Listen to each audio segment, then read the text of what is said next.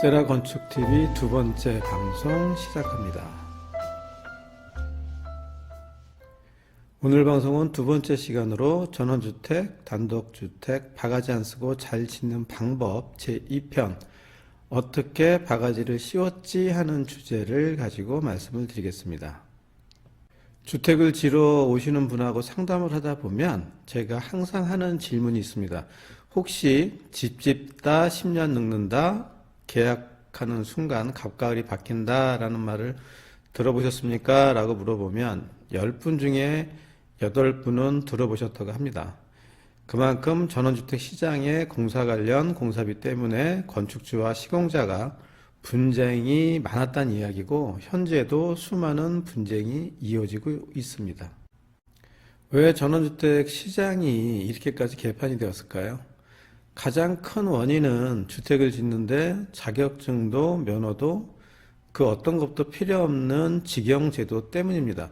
전원주택 관련 사건 사고가 많아서 일부 법을 개정해서 현장 대리인 제도라는 것을 만들었지만 이 또한 유명무실한 제도입니다.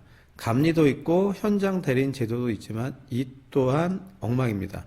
감리와 현장 대리인 제도의 문제점은 별도로 방송을 할 예정입니다. 의사가 진료를 하려면 의사 면허증이 있어야 하고 약사가 약을 팔려면 약사 면허증이 있어야 합니다. 만일 의사가 혹은 약사가 면허증 없이 진료하고 약을 판매했다면 경찰에서 검찰에서 그리고 뉴스에서 아마 쌩 난리를 쳤겠죠. 그런데 말입니다. 억대가 넘고 지진 혹은 태풍이 와서 집이 무너지면 사람이 죽을 수도 있는 주택은 면허도 자격증도 필요가 없습니다. 이런 말도 안 되는 제도 때문에 자격도 없고 면허도 없고 어깨 넘어 배운 기술로 시공을 하다 보니까 주택 시장이 한마디로 개판이 된 겁니다. 자격증 없이 면허 없이 아무나 할 수 있다라는 이 제도가 가장 큰 문제점입니다. 주택 시장이 이렇게 엉망이 된 데는 여러 가지 원인이 있지만 그중 가장 큰 원인은 세 가지 정도입니다.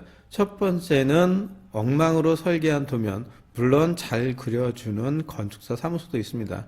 두 번째는 엉망으로 설계한 도면으로 견적서를 제출한 시공사예요.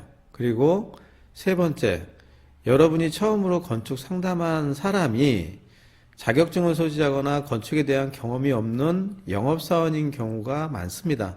세 가지 원인 중에 첫 번째 엉망으로 설계한 도면과 두 번째 엉망인 도면으로 견적한 시공사는 다음 편에 좋은 설계 사무실 선정하는 방법하고 좋은 건축 도면 작성할 때 건축주가 준비하셔야 할 것 등에 대해서 말씀을 드릴 예정이고 오늘은 분쟁의 원인 중 가장 큰 원인인 계약 시 여러분과 계약서를 작성한 영업사원에 대해서 말씀을 드리겠습니다.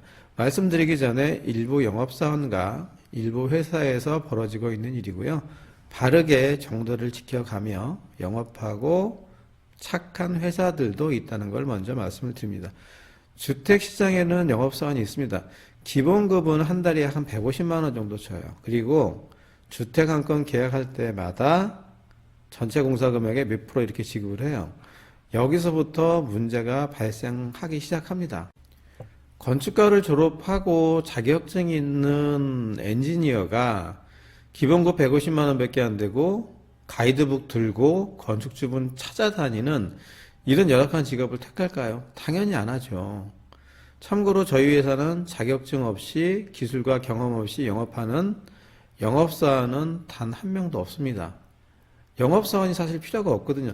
기술직들이 설계사무소 담당들이 고객들하고 상담하면 돼요. 자, 그럼 누가 영업사원을 할까요? 이 부분은 건축주께서 생각해 보시면 될 것 같아요. 이 열악한 환경에 건축과 전공하고 자격증 있는 사람은 절대 안 하겠죠. 영업사원도 먹고 살려면 한 달에 최소한 한 채는 계약해야만 수당 받아서 먹고 살 수 있어요. 그러다 보니까 일부 영업사원들이 계약을 위해 없는 말도 하고 책임지지 못할 말을 많이 해서 일단은 계약을 먼저 하는 겁니다. 처음 시간에 보여드렸던 이 사진 기억하시죠? 대부분 돈 때문에, 공사비 때문에 싸우는 겁니다. 계약할 때는 돈도 안 들어가다, 이것도 해주고 저것도 해준다고 해요. 영업사원들은 그렇게 할 수밖에 없으니까. 그런데 계약하고 공사 시작했더니 이거 하려면 돈 더 내라고 하고 못 해준다고 하고, 영업사원이 한 말과 현장 소장 말이 틀린 거예요. 그러다 보니까 분쟁이 생기고 싸우게 되는 겁니다. 가장 큰 원인 중에 하나가 뭐냐면 되게 싸게 시작을 해요. 예를 들면 평당 한 400만 원이 시작했는데 끝나고 났더니 600만 원 되는 경우들은 상당히 많습니다. 계약서대로, 약속대로 시공사가 약속을 지키면 이런 분쟁은 생기지도 않습니다.